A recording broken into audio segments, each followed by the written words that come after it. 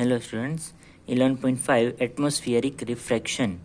The hotter air is lighter than the cooler air above it.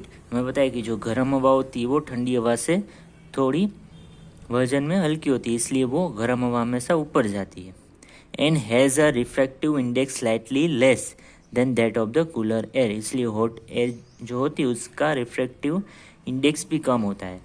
Since the physical condition of the refracting medium air are not stationary, the apparent position of the object as seen through the hot air fluctuated. इसलिए हमें जो बहुत ही पृथ्वी से बहुत ही दूर की चीज़ है वो उसकी ओरिजिनल पोजीशन में हम नहीं देख सकते उसको, वो चेंज होती रहती है, fluctuated. Twinkling of stars. It is due to the atmospheric refraction of starlight. The starlight on entering the Earth's atmosphere undergoes refraction continuously before it reaches the Earth.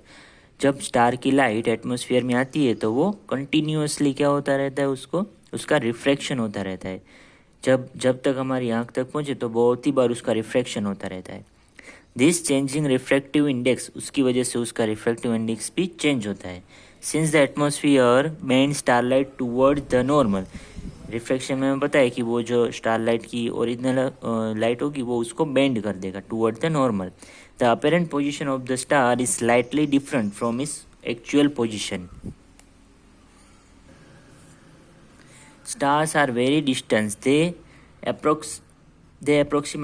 Approximated point size source of light. उसको point size light का point size source हमें approximate, उसको हम point size का source लेंगे light का, star को. As the path of the rays of light coming from the star goes on veering slightly. अब उसका जो पाथ है वो स्लाइटली चेंज होगा.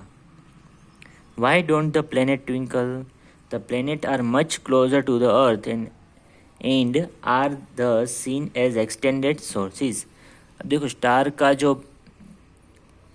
स्टार की जो लाइट का रे है वो पृथ्वी तक आते आते हमेशा चेंज होता रहेगा, इसलिए हमें जो स्टार है वो ट्विंकल होते हैं ऐसा दिखाई देता है, लेकिन रियल में ऐसा नहीं है क्योंकि वो बार बार रिफ्रैक्शन होते रहते हैं, इसलिए उसकी लाइट का जो पाथ है हमेशा चेंज होता रहता है.